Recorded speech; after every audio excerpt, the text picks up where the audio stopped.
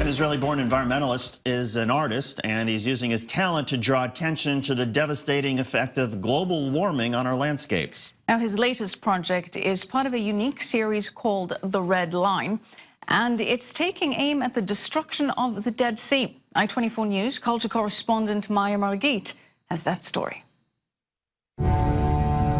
Doron Gazit is on a mission. He's traveled around the world with his environmental art, using dramatic landscapes as his canvas to create giant installations. His medium? 500-foot-long balloons. I used to sell twisty balloons in the streets to make my living. Here you can see one of them. This is the first red line that I used like 30 years ago.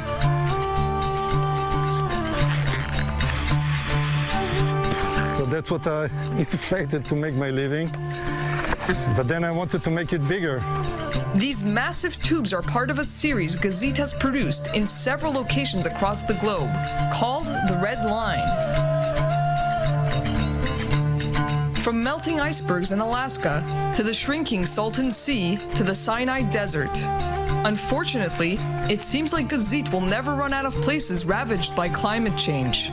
For me, the red line is a metaphor for a blood vein, and I'm using nature as a canvas.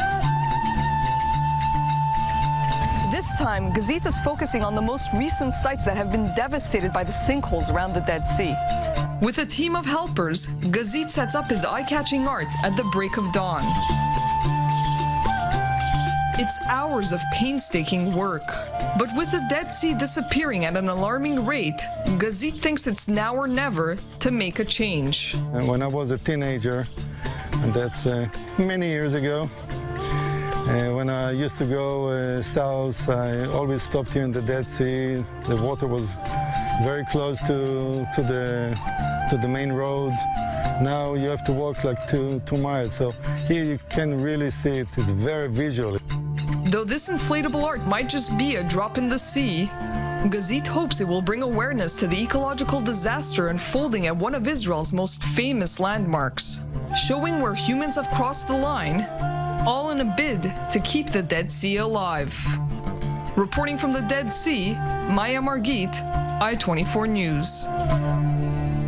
What a remarkably well-shot piece, and such an interesting use of art to try to draw attention. Absolutely. Another solid piece from Maya Margit.